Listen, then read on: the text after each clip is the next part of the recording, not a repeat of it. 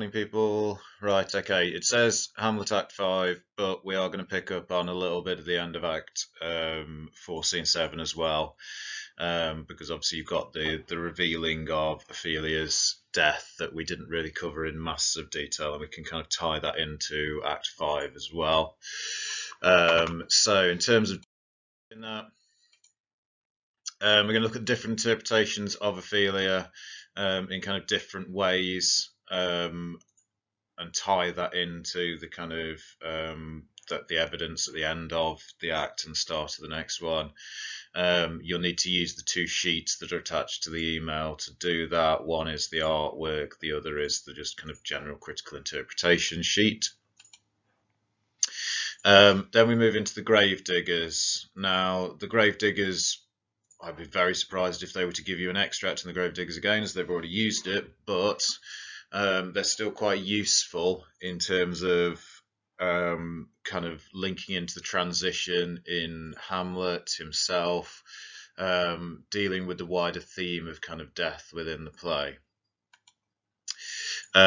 So we'll then focus kind of briefly on a quite narrow section in terms of how Hamlet shows a kind of changed perception around death. So we'll look at the Yorick bit and kind of talk around that. And we're going to just focus on Act 5, Scene 1 today. So around the kind of closing of the scene, we need to look at the ways in which they essentially fight over the grave and how we could potentially debate around that. Is there a genuine pain at the loss of Ophelia, or is this just two kind of men competing with each other, their kind of masculine pride driving their supposed grief in many ways? So first thing I want you to do, I would like you to have a look at the images on the sheet, or they're also here, I suppose. Have a close look at them, and I want you to have a close look at the end of Act 4, Scene 7 as well, where Gertrude kind of reveals to us Ophelia's death, and see how you can kind of create parallels into how that is done. Consider as well how you kind of could talk about these as interpretations, how you could kind of think about how they take Ophelia's death and give us a kind of perception of it. Okay, so I would say reread over the end of Act 4, Scene 7, looking at these, finding your evidence. You're probably going to spend about 10-15 minutes maybe doing this to kind of do it in a kind of sensible way. Okay, so pause me there. Okay, so you might notice here that a lot of them kind of tend to come around the similar kind of dates. A lot of them kind of the late 1800s.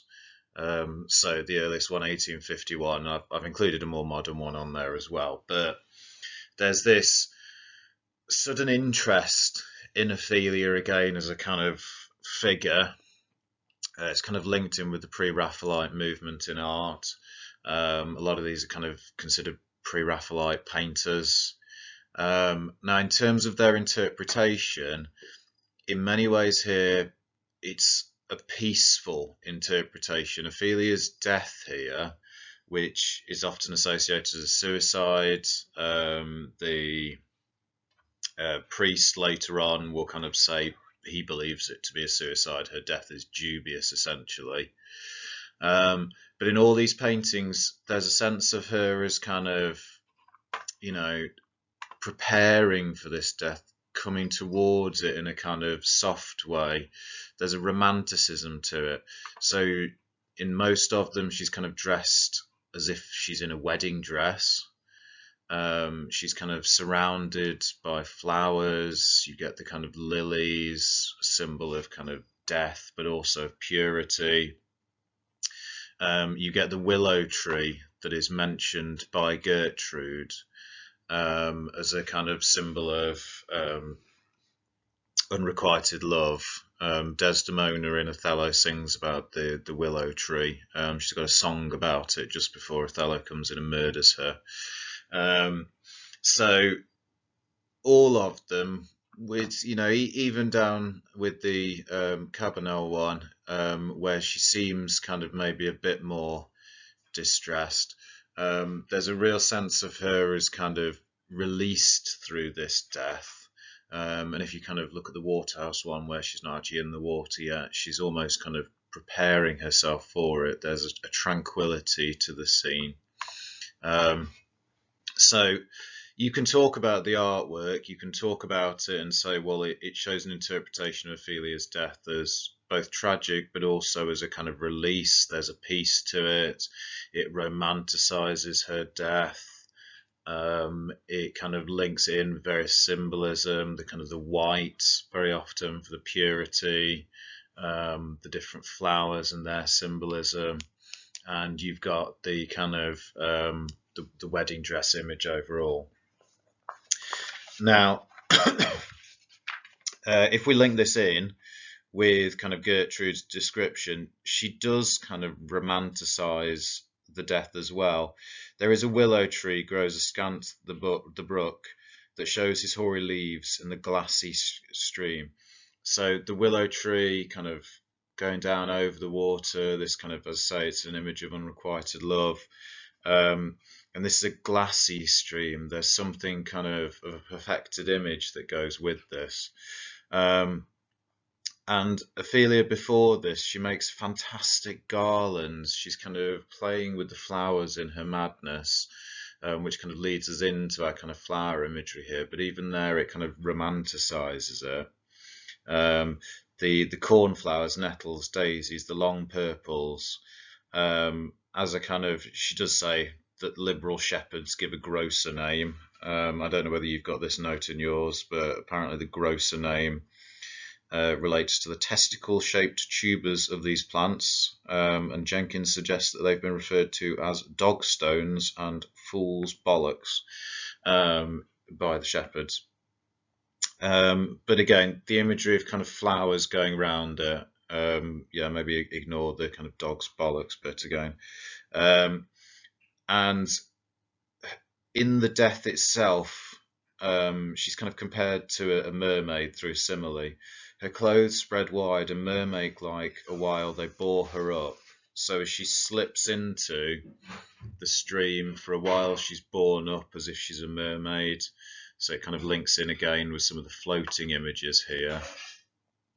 And as she's dying, as she's drowning, before she's kind of fully pulled down, Gertrude says that which time she chanted snatches of old lords as one incapable of her own distress.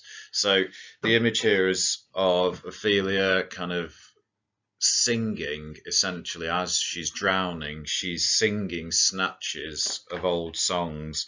She's not aware of her own distress, or like a creature native and endued unto that element. So the other side of it is that she's simply at one with the stream. She seems to be a kind of peace here. This is a pleasant death, essentially. And as you go slightly further through, pulled the poor wretch from her melodious lay to muddy death. So at the end of this description, we do kind of get a slightly darker image. It's a muddy death, but it's from this melodious lay, something beautiful pulled into the kind of the depths, essentially. The fact that Gertrude is able to kind of narrate it in quite so much detail does lead people to kind of wonder how she knows this much about it. But as I say, it's kind of interesting image around it. Right, before we move on, I'd just like to have a look at the other sheet with the kind of more written interpretations of Ophelia on it. Just consider which you kind of agree with, how you could agree with them, what kind of evidence you would bring in that kind of goes with them. Pardon me. So pause for a bit, have a read through, consider whether you agree or disagree with the critic, what kind of evidence could go in. I'm not going to go through all of them in a minute, but I'll just pick out a couple of key bits and kind of we'll consider where we could link it in to the text itself. Okay, so hopefully some interesting like little bits around the kind of criticism there. I'm just going to pick out and comment on 2, 3, and 4. Otherwise, I'm just going to end up talking for too long. So I like the second one, I think, because it gives you a point that you can potentially kind of challenge within it. You can use it both sides. The critic there says she's at the same time part of the mechanism and its victim, and they're talking about the kind of political mechanisms here. And I think you can argue that she's never really part of this mechanism. She's only ever kind of controlled and forced into it. You've got, you know, she has no choice as a female figure. She's, yes, she does is kind of complicit in seemingly kind of manipulating Hamlet, but that doesn't make her part of it. That arguably still shapes her as a victim within it. You've got the third one where the actor is saying we doesn't believe that Ophelia has ever been Hamlet's mistress. You can use that if you were debating with the kind of Kenneth Branagh version, where the Kenneth Branagh version plays up the mistress element. It kind of actively shows that. And you've got the kind of fourth one that says the whole tragedy of her life is that she's afraid. I think I'm right in saying that she is Shakespeare's only timid heroine. And again, it gives you a good point. You can use that. You can say, well, in various versions, she's not as timid as maybe she is in other versions. So you've got the Maxine Peake version, that very rebellious Ophelia depiction. You can talk about how her lines can be kind of played in different ways with a more kind of passive aggressive slant to them. And to say that she's kind of afraid and that she's timid kind of neglects the madness, and actually in her madness she's not afraid and timid. Yes, it has to have the madness to kind of allow it to come out, but through her madness she actually is quite kind of aggressive and interesting. So have a look at the rest of them again, just see where you could tie them in, but they're useful little kind of gobbets that you can use to kind of help you argue to get those critical perspectives in around Ophelia. Right, we're moving on to the kind of gravediggers essentially. And the first thing you need to kind of think is, well, what does gallows humour mean? Because that's what the gravediggers are using. And I can't remember what's on my little cartoon there. My face is cutting it off in the bottom corner. Let me just go and check.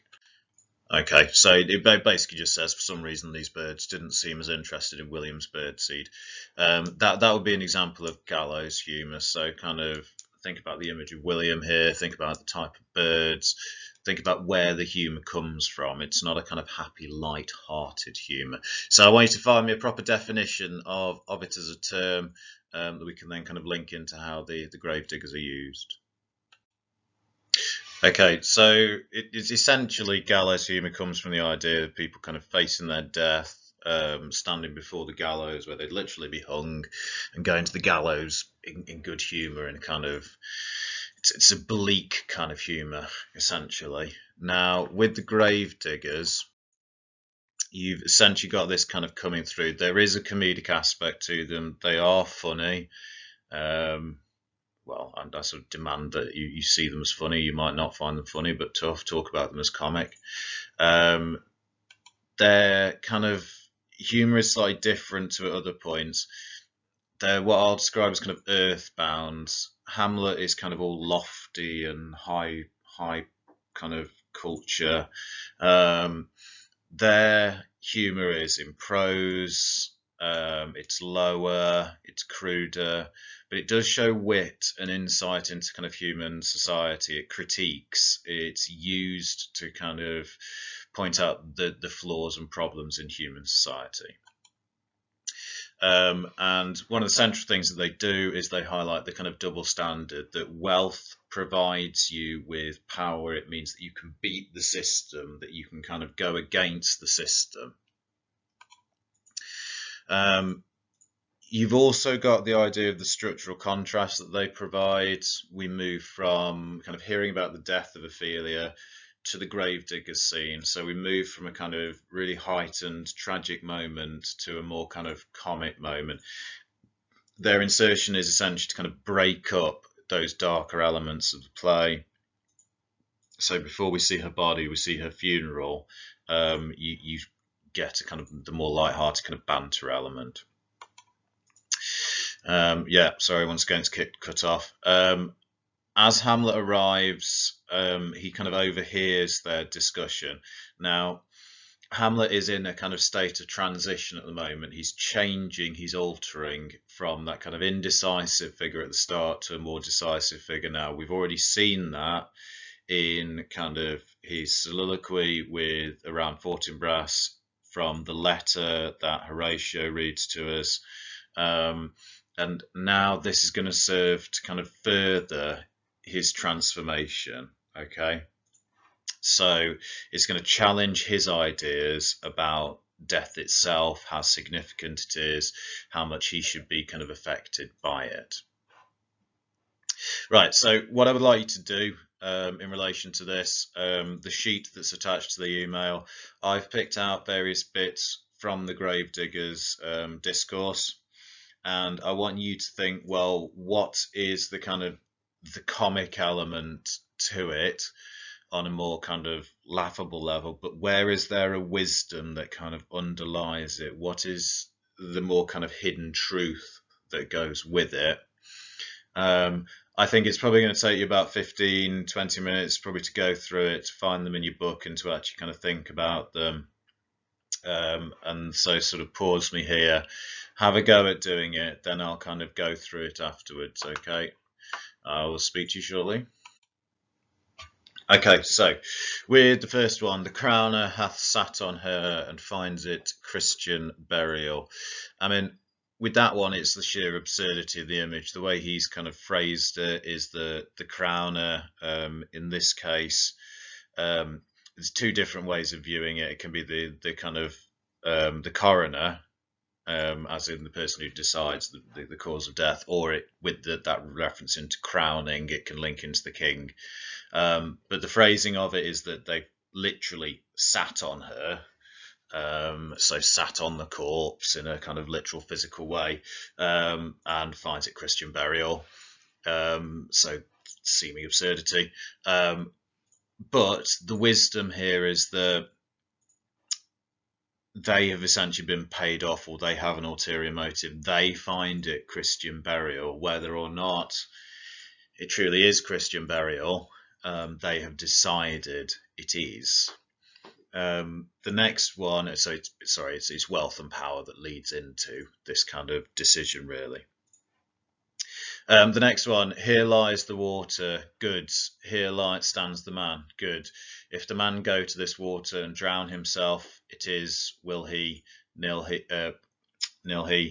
he goes. Mark you that. But if the water come to him and drown him, he drowns not himself. So there's an insight here. The gravedigger obviously realizes that this is probably suicide, because the water didn't come to Ophelia. She went to the water. So he's saying, if a man goes to the water and drowns himself, that's one thing, but if the water comes around, so it's again the absurdity of the idea of the water kind of standing up and going over to the person and drowning the person. So it becomes absurd.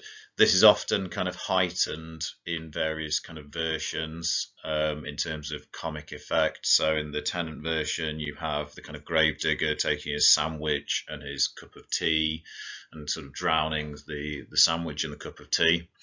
But again, the wisdom and insight here is that he recognizes again the falsity of this, and he recognizes that the reality is probable suicide, and that it's not all that it seems. I'm kind of looking at the next one, and possibly that one isn't as funny, possibly doesn't have the same humour element to it. If this had not been a gentlewoman, she should have been buried out of Christian burial. The central point to this one is that, again, that recognition, if she wasn't of the higher class, she would have been buried out of Christian burial. It's only her wealth that has bought her a kind of Christian burial. You then have the kind of actually contrived joke that he puts together. What is he that builds stronger than either the mason, the shipwright, or the carpenter? That's the kind of posed question. And then the second clown kind of comes in with a sort of potential punchline. The gallows maker, for that frame outlives 1,000 tenants. So because lots of people go to the gallows and lots of people are hung at the gallows. So it's funny because if you live in a house, you live in there for a long time, whereas you don't live on the gallows for very long. Yeah, bleak, dark, very directly gallows humour. The implication with this one, though, is that, in terms of its wisdom, death can be made a joke out of. Death doesn't have to be as serious and as complex and as kind of overdone as Hamlet makes out at various points in the play. Their wisdom is that they recognize death as something less kind of, significant. Then we have cudgel thy brains no more about it, for your dull ass will not mend his pace with beating. So the first comic bit here is simply the fact that he's calling him stupid. He's saying, you could beat your brains out with a cudgel and you're still too stupid to get the actual punchline. So that kind of bickering becomes comic. But he gives the alternate punchline and he says, well, the grave maker's the one who kind of, he builds houses that last till doomsday. So it's another alternate punchline to that kind of same question. And again, it shows the kind of trivialization of death. Again, it's the comic element is that death is not as kind of significant as maybe Hamlet has built it up to throughout the play in terms of the wisdom here. You also get him then turning around and going, go fetch me a stoup of liquor. He's drinking whilst he's digging this grave. There's a kind of drunken element to it. Then you've got the last few. You've got simply throws up a skull. So this is more kind of a physical humour, simply seeing the skull kind of flying up and over the stage.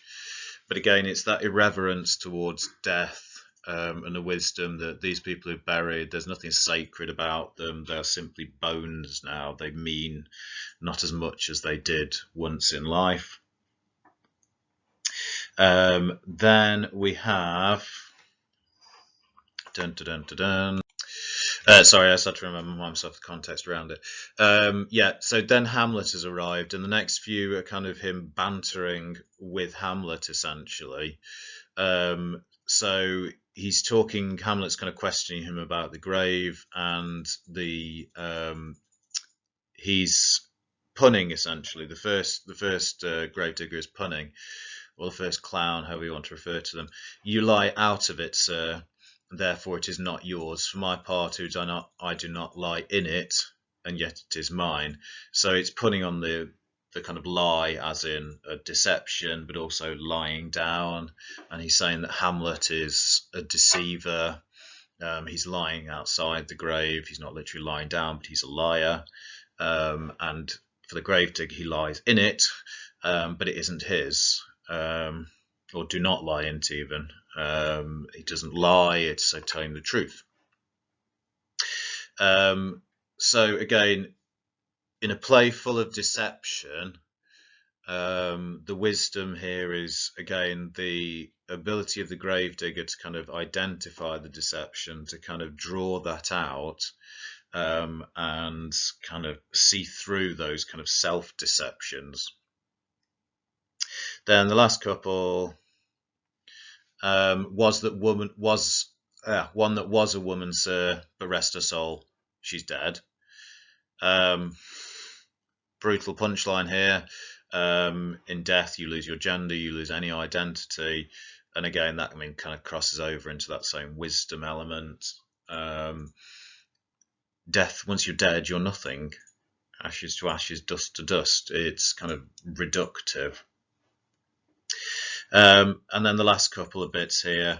Why? Because he was mad. He shall forever recover his wits there, or if he do not, it's no great matter there. Again, he's bantering with Hamlet.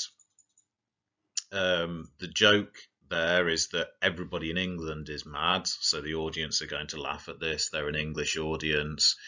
Um, and again, that kind of the wisdom here is in the dismissal, essentially, in making comic those things that are seemingly untouchable in other contexts. Um, and finally, the last one. In faith, if he be not rotten before he die, as we have many a pokey corpses nowadays, there will scarce hold the laying in. He that will last you some 8 year or 9 year, a tanner will last you 9 year. There's a comic element in, he's talking about tanners tan leather, so he's sort of implying their own skin keeps them waterproof. It means their bodies will last longer. He's kind of playing around on that.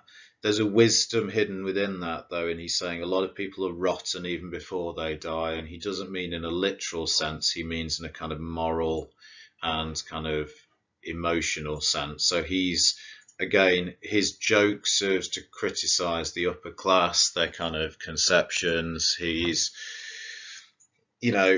challenging those seeming outer beauties of them as a class. Right, okay, we move forward again, people. Now, to set this into context, what you need to start with, you can use the whole of the play across everything, but I want you to kind of think before this point, find me lots of evidence, find me at least 3 pieces of evidence that show that Hamlet is making kind of a really big deal out of death, that he is kind of very concerned about it, that he sees it as this kind of huge, important thing. And then we can use that to kind of start to see the contrast and the changes that are happening, the transformations happening in our central figure of Hamlet as we come towards the end here. Okay, so at various points in the play, Hamlet has been kind of, discussing death. He's seen it as something sort of hugely significant. You get kind of, for in that sleep of death, what dreams may come when we have shuffled off this mortal coil, must give us pause. There's the respect that makes calamity of so long life. So, think about this from the to be or not to be soliloquy, but think about the kind of perception here that he's showing, that kind of idea that he's worried about the consequences after death. What happens after death? Where do we go? That's what he worries about. Once the mortal life is gone, that kind of creates a cowardice here. He says, must give us pause. And he kind of, questions around it. That's what makes us kind of keep on living despite the pain of living, those fears of what comes after death. Now, what you need to consider here, and the bit that we'll use is simply this bit, the kind of alas poor Yorick bit.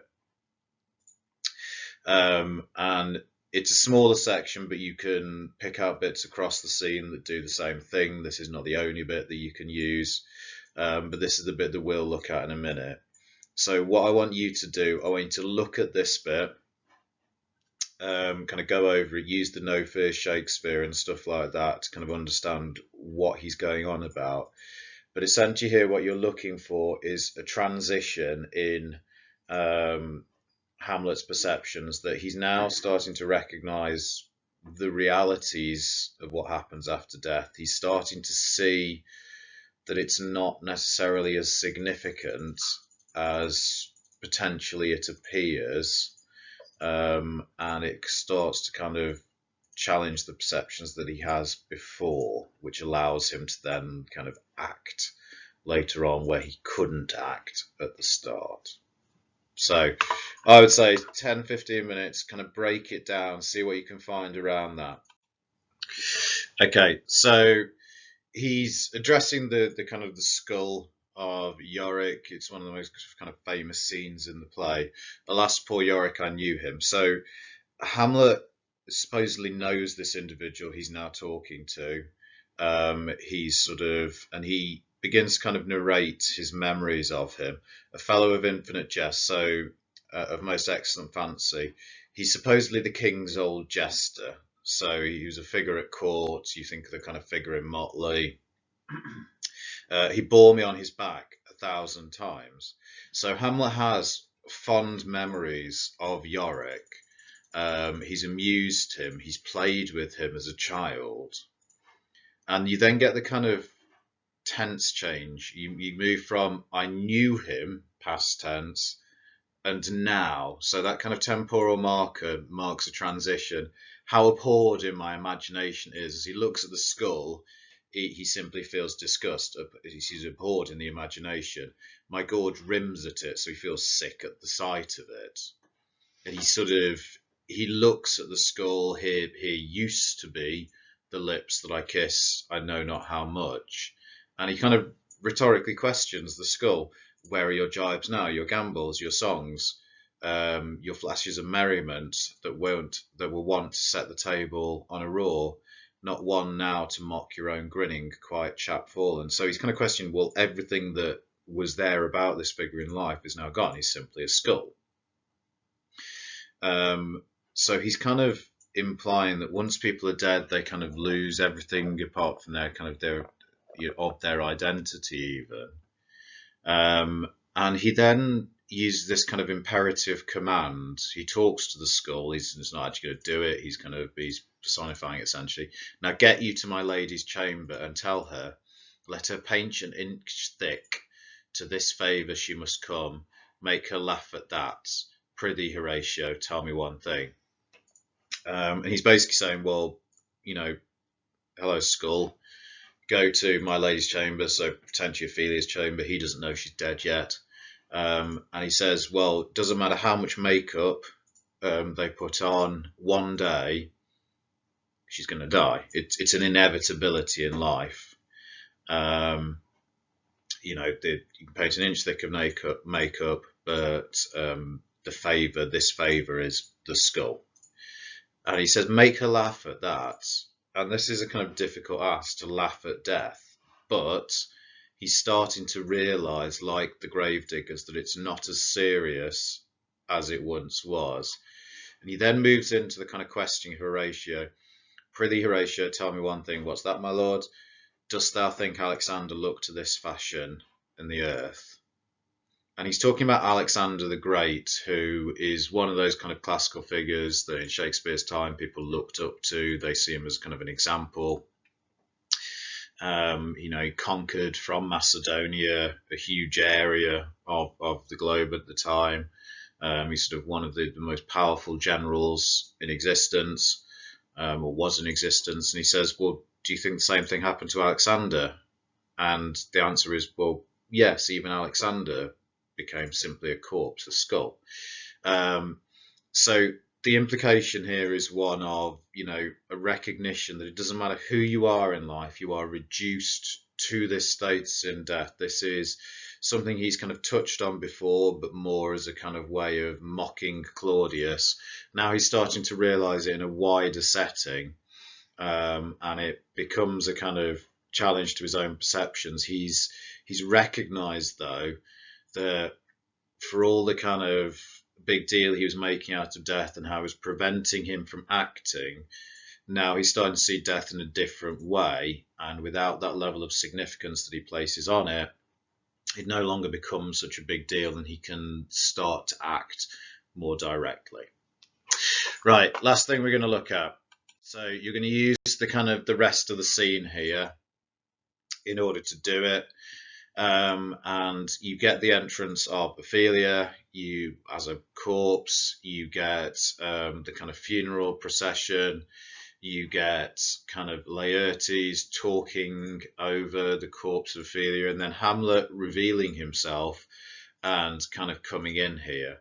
And I've kind of given you a statement here that you can kind of challenge and talk around. And on one level, there is a kind of sense of love within this from both Laertes and from Hamlet. They've lost Ophelia, a figure of significance to both of them. But at the same time, you can make the argument that what each of them is more interested in is not the death of Ophelia, but of competing with one another, of that kind of masculine pride coming into it, and that overshadows the grief. So have a good look at the end of the scene. Find me the stuff that's kind of coming through it. See how you could kind of debate this point. I'd like you spend sort of 20 minutes or so, reread over it, finding me the evidence again, use the resource available to you to help you kind of build up this argument. Okay, so I'm just to say there's other bits you could pick out here. I'm just picking out the kind of the main bits. So first thing to consider is the Laertes is initially unaware of Hamlet's presence. So where he's talking to the priest at the start, and the priest has basically said, I think it's suicide, so she shouldn't be buried in hallowed ground. No more be done. We should profane the service of the dead to sing a requiem and such rest to her as peace-parted souls. So he's saying, oh, no, we better not do anything else because that would be naughty. So Laertes' challenges to him here do simply so potentially a state of loss. Lay her in the earth, and from this her fair and unpolluted flesh may violets spring. So he's saying that, well, her flesh is unpolluted, beautiful things will grow from this. He criticizes the priest. I tell thee, churlish priest, a ministering angel shall my sister be when thou lies howling. So, you know, he kind of diminishes the priest. He's churlish. He's simply argumentative. His sister, so Ophelia, will become a ministering angel, whereas the priest himself will end up in hell. He'll be lying howling. And he then does the kind of the strange act. He sort of commands imperatively, hold off the earth a while till I've caught her once more in mine arms, and then he leaps in the grave. Now, again, this very often relies on how it's staged, how this is done, as to whether this becomes overly melodramatic and an act of kind of, you know, to show up his own pain, or whether it becomes an act of genuine affection, especially in the Tennant version where Ophelia is kind of almost manhandled at this point. It becomes quite disturbing, but at the same time it can be kind of shown as an act of affection. He says sort of, now pile your dust upon the quick and the dead till of this flat a mountain you have made. So he wants a ginormous monument of Ophelia's death. He feels kind of so pained by it. So it's kind of hyperbolic image to overtop even Pelion, or the skyish head of blue Olympus, so to top even the mountains of the gods here. So yes, there's a melodrama to it. It can be played as more kind of genuine, or it can be a kind of act of show almost.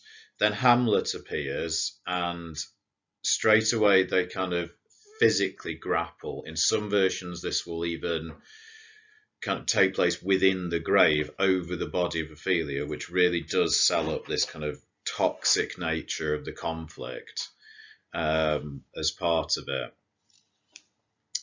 We kind of move a bit further through, and Hamlet kind of says, I loved Ophelia. 40,000 brothers could not, with all their quantity of love, make up my sum. So this really, again, he's sort of saying, well, you might have loved her, but 40,000 of you wouldn't make up one of me. And especially given the way that we as the audience have seen him treat Ophelia at earlier points in the play, this becomes a kind of dubious statement. Is it that he truly loved Ophelia, or is this more about competing with Laertes? So we have to kind of question around that. And he rhetorically questions kind of Laertes. Wouldst weep, wouldst fight, wouldst fast, wouldst tear thyself, wouldst drink up easel, eat a crocodile, I'll do it. So he's basically saying, I'll whatever you can do to show your kind of grief, I will do the same. So it does become kind of competitive in this grief as it goes through, and he kind of actively criticizes Laertes' grieving. Just come here to whine, and he says, "If thou prate of mountains," and he kind of the rhetorical question that goes with this, to outface me with leaping in her grave. The implication is that all these acts are simply to compete with Hamlet, to compete with his own grief. So there's a selfish aspect that comes into this, especially as we say, you know, back towards the start, Laertes isn't aware that Hamlet is there and watching. So Hamlet is turning this into a competition. And as it goes through, I'll rant as well as thou. So in terms of this, yes, I mean, all these things could be simply Hamlet showing his own level of grief. They could be him, you know, genuinely he does feel he loves her more than Laertes does. However, we also kind of get the sense that it is all about the kind of competition between them, that there is a kind of toxic masculinity that runs with this. The Ophelia is an object simply to show up the male figures rather than anything kind of significant in and of herself. Okay. Right, we'll leave it there for today. Next week I'll cover the rest of kind of Act 5. So Act 5, Scene 2, which is our closing kind of scene of the play.